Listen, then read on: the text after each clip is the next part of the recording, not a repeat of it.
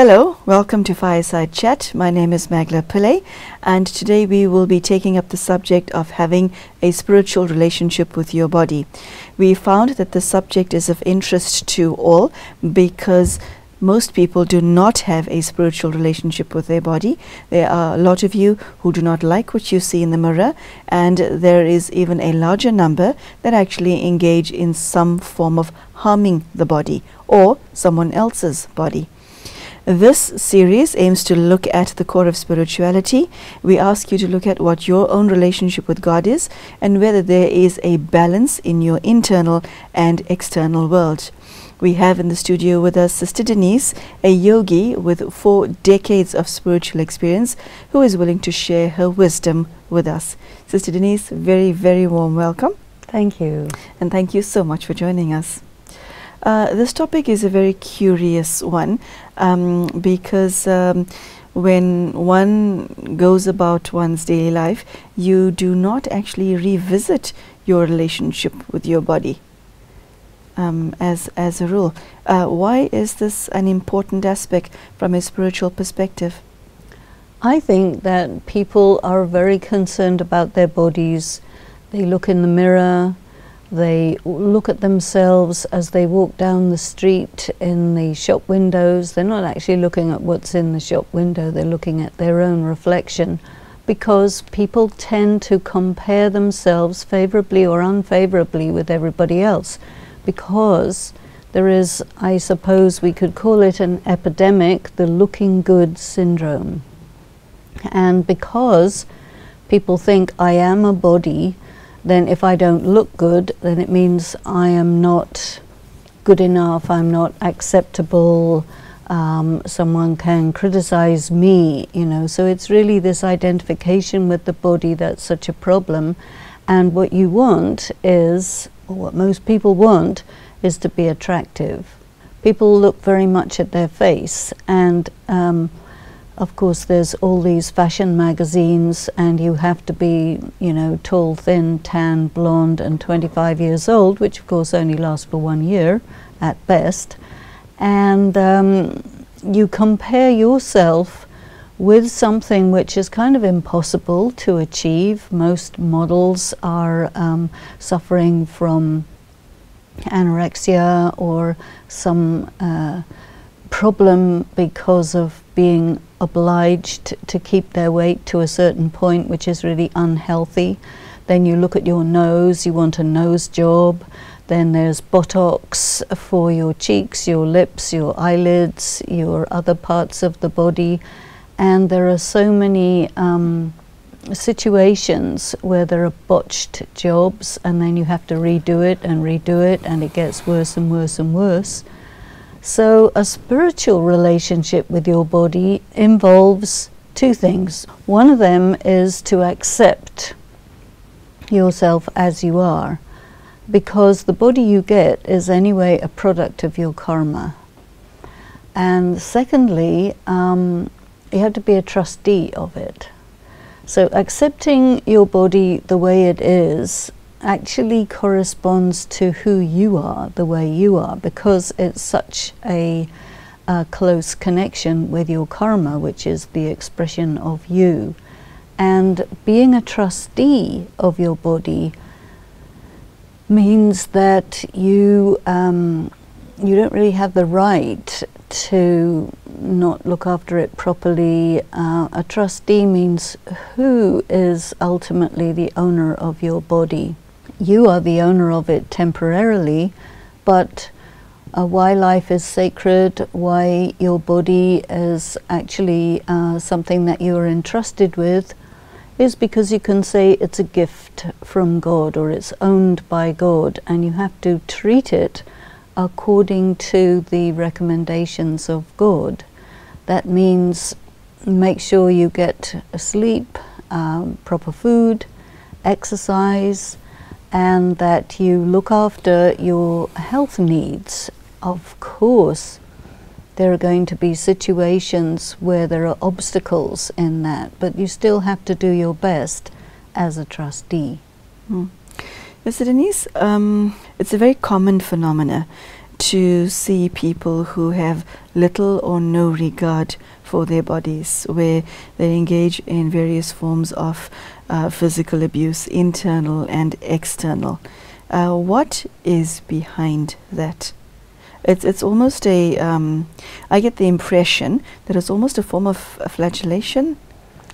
Well, you know, there are a number of reasons why a person would dislike their body, and part of it is the messages they get from outside, where someone will tell them, you are too fat, too thin, too dark, too tall, too short, too something, you know.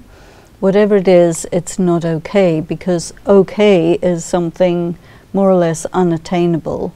And the person will take that as their identity being inadequate. And sometimes the messages that people will get from others contains a lot of load, if you know what I mean, that somebody will really say, you know, yuck, you know, you are horrible, you are a worm, you are a toad, you are some such thing like that.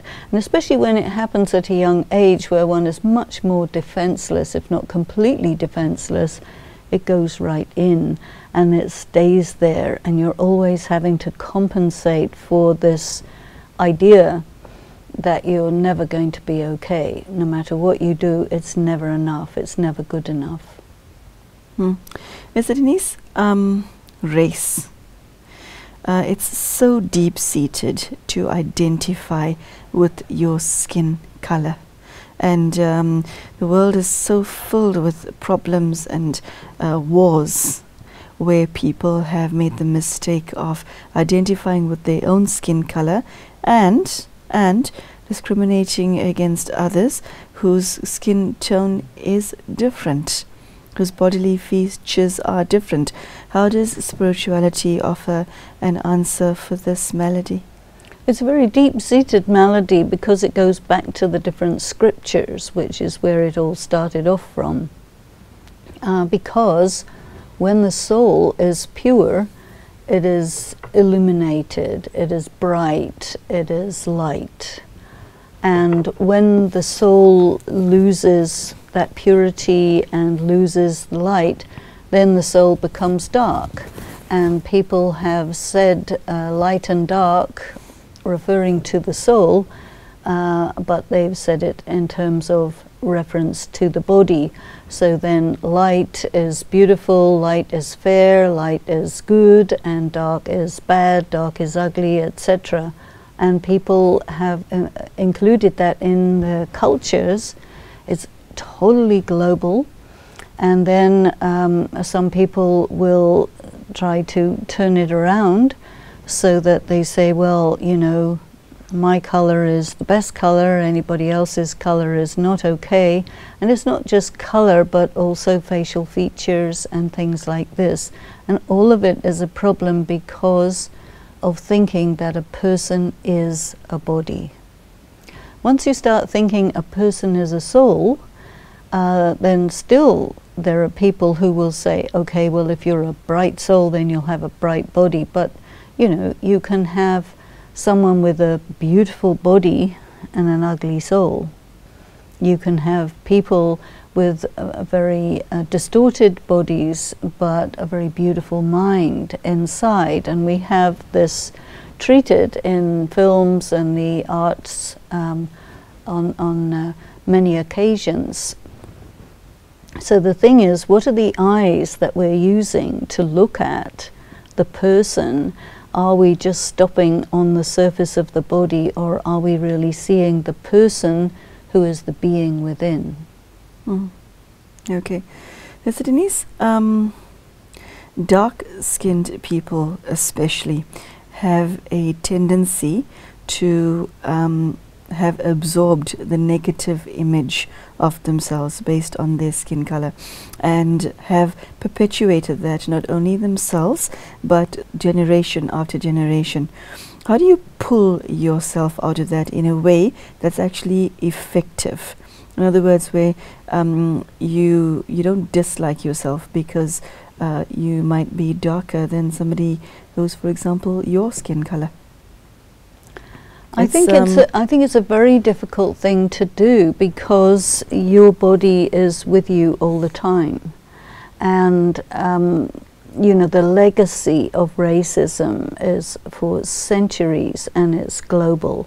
So there's a lot of it has been internalized, and it's connected with very heavy acts, historical events, wars, genocide, abuse of entire communities has been going on, and all of it is rooted in actually the attitudes that people have developed, and base those in their scriptures or in their traditions, you see. So to undo a tradition is a huge piece of work. So I think what one has to do is learn to see the soul. And this is what we learn in Raj Yoga. And I mean, there are some people who grow up racist, and there are other people who grow up non-racist. And it's easier for the non-racist people to switch to a use of the eyes where you just look right through the body and see the soul, because that's how you're raised anyway. We also talk about the third eye, and the third eye can see the invisible to the naked eye. So it really depends on where you orient your attention, you know. How do you consider another person? Are you considering just their bodily features? The more materialistic you are, the more it is like that. But if you're interested in a beautiful soul, a beautiful person, a person who is virtuous, who is kind, who is, you know, clean and straight, honest and trustworthy, loyal, all of these things, nothing to do with skin color or height or width or any of that stuff. Sister Denise, in addition to being you know, ad idem or identifying with one's race, another very common phenomena, and there's scarcely a person on the planet who's not like this, people identify with their sexuality. Yes. You'll say, this is John, he's gay. That is Magdalene, she's straight, but she hangs out with gay people. You have people who, it's so deep to identify with one's sexual orientation, and you don't say, you know, I have a gay orientation. You say, I am gay, I am straight. It has become identity. And tell me, what does that do to a person? The reason I'm asking you this is because so much of sorrow is taken from one's sexual identity. This is again coming back to the scriptures, because most religions say that if you are not heterosexual, you are a mistake, you are wrong. Some people, they destroy those who are not heterosexual, and you have transvestites, you have all sorts of combinations. And when a person is looking at their sexuality, they're looking at something that they can't do anything about, in the sense that they can't not have that. And this is why they say, I am that, you know.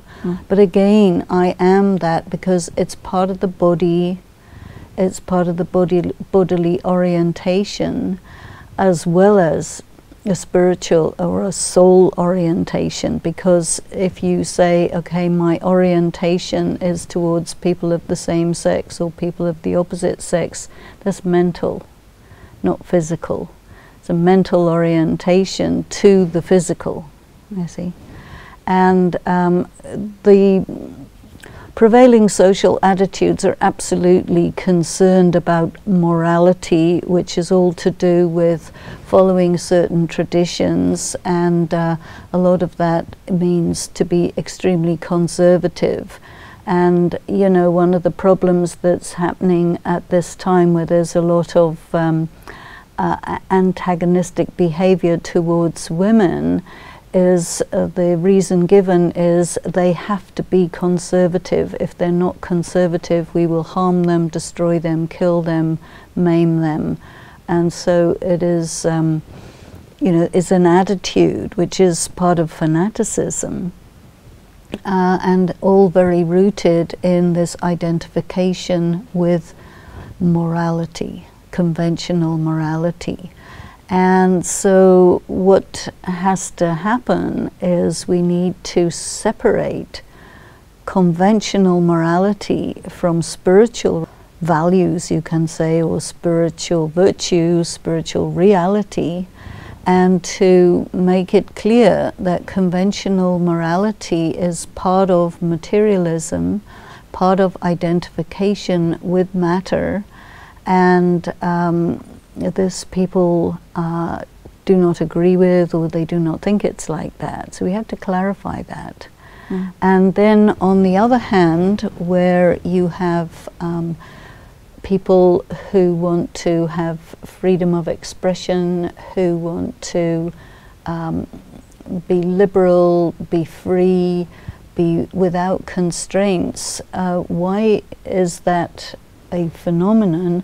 Is actually as partly a reaction to and response to the invasiveness and the tyranny of the group of people who impose conservatism on people. One of the very deep urges within a human being is the urge for freedom. And in fact, the aim of spiritual practice is known as liberty, liberation, freedom. In Hindi they speak of mukti. Mukti means freedom. And in that it is freedom from the constraints of the material world imposed upon the person, the soul, by patriarchal, materialistic-minded, body-conscious people. Who think that that is spirituality. Wait, hold on. That's quite a loaded sentence. Say that again. Those adjectives, say that again. Patriarchal, materialist, body conscious. Okay. You see. Okay. I am a body. And then in the hierarchy of bodies, white, male, tall, athletic, etc., is, up on the top. And then they make the hierarchy to black female on the bottom. And so, this is presented to the world, and it's the tradition. And what spirituality is saying is there's something wrong with your traditions, because they are not based in spirituality, which you claim they are. They're based in materialism. And materialism is not coming from the, you can say, the origins of human civilization, but materialism is a form of the opposite of evolution. This is another point of contention. People have this belief that we start off primitive and we're becoming more and more civilized, but there's a very good case for looking at it in the opposite direction, that there was an ancient time when everyone was highly spiritual, and that has been lost, and there's been a decline in the quality of the spirit of humanity ever since. Maybe it should be called devolution. You could say devolution. Okay. So, Sister Denise, it's also quite astounding how people equate who someone is with what they appear to be on the outside. It's almost as if there is no distinction between one's physical attributes and one's personality. The expression, never judge a book by its cover, almost all of us are guilty of doing that. Almost all of that. Well, it's because people know very well that if I want you to look at me a certain way, I have to dress that way, you see. And in traditional societies or in olden times, you would dress according to your caste, your social rank, your profession, or your artisan. I mean, if you see in India, in Rajasthan, where we are, the castes have their uniform, and they do not move from that for centuries and centuries, and their uniforms are very beautiful, very colorful, but they say everything about a person's rank and so on. So you see, the message is you are something, you dress that way, you look that way, you behave that way, you marry that way, you run your household that way, you earn your living that way, and there is no possibility of movement. Sister Denise, let's go through all of this one by one. You're saying that from a spiritual perspective, a person is not their physical body. Right. Okay? So you're not your race, and you're not your sexuality. You're not your caste. What else are you not that people assume you are? You're not your gender. You're not your gender. You're not your nationality. You're not your language group. Okay. What your past? You're not your past. You're not your even your role that you play. You mean your job, your vocation?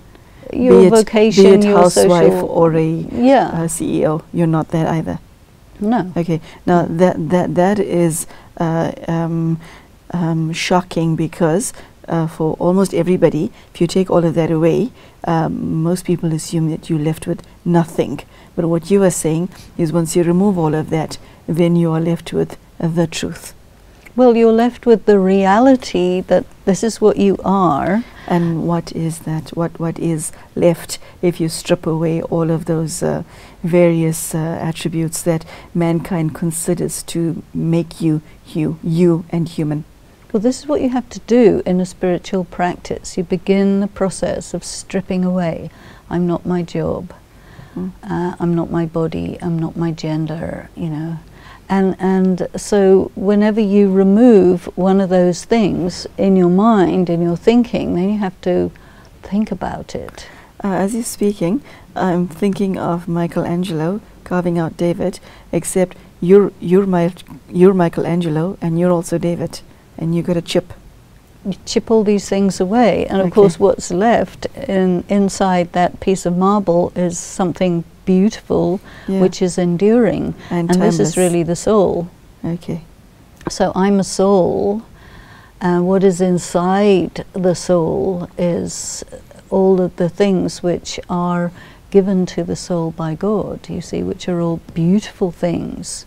Your eternity, your virtues, your powers, all of this.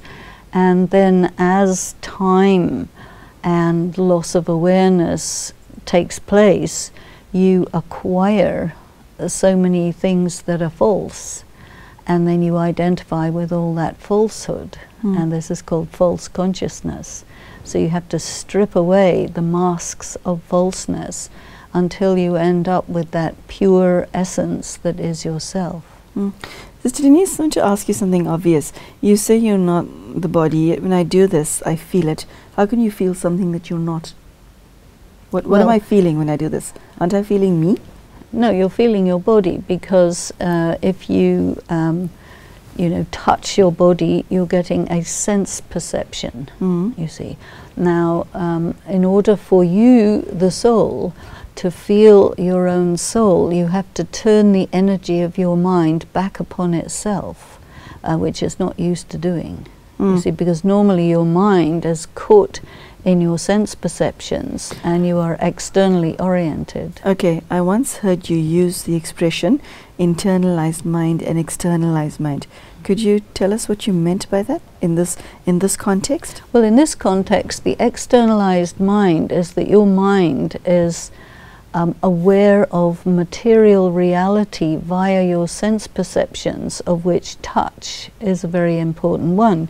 You touch yourself, you pinch yourself, you will experience pain, which is a message sent to your brain through your nerves, which say, you know, if you do this to this body, there's going to be damage. So pain is the messenger that says, don't do this, you know. It's about how you look after your body, because the body is, you know, quite fragile. It needs sustenance, food, clothing, warmth, you know, all of these various things in order to function well. And when you feel uncomfortable, it's a signal that you have to do something about it. So it's a signal from your body to your soul about taking care of your body, which is important. But you cannot feel yourself using your sense perceptions, because yourself is not material. And so how do you feel yourself? You have to turn the energy of your mind upon itself, because your mind is an instrument of your being. It's not part of your body or your brain. So then you say, okay, now how do I do this? You're given some information like you are not your body, and then you say, well, in that case, what am I? So if you are told, okay, well, you're a soul, the body is an object, but the soul is not an object. But our language is created in body consciousness, where there is no vocabulary for the self as something that's not an object, or very little. We don't have pronouns for a self. We have either a he or a she for the body with male arrangements or with female arrangements, and then an it, which doesn't involve sexual reproduction. But yet a male body, a female body, and a chair are all equally physical objects. The difference is that the human body is animated by the human spirit. And what we need to do is to make contact with this animating force and know that this is me and this body is a possession. So, Sister Denise, the practice of a spiritual identity must be very deep to offset what has now become a habituated way of being, mustn't it? Well, it is, and it takes a long time, and not everybody can do it to the fullest extent. It's something quite rare, something quite elevated and special, and there is a lot of, you can say, merit in achieving that. So a person who does that would be considered very great among people, but the world that we are in today doesn't give importance to that. It gives importance to achievements in the realm of materialism. And so we issue a challenge and say, you know, really, is that what makes a person great? How about this? What do you think of this? You know, and present it. If a person is really in their spiritual strength, power, integrity, and so on, is that not greater than somebody who is a millionaire, but then, all these other maybe negative attributes going with that? Okay. Sister Denise, thank you so much for a fresh and enlightening perspective on how to view our own physical bodies. Thank you. So those of you who are at home watching today's episode, I hope that you were able to find something in this that was of value to you. This is a very new concept. Most people are aware of the soul, and Sister Denise is asking you to make the paradigm shift from I have a soul to I am a soul living in a physical body.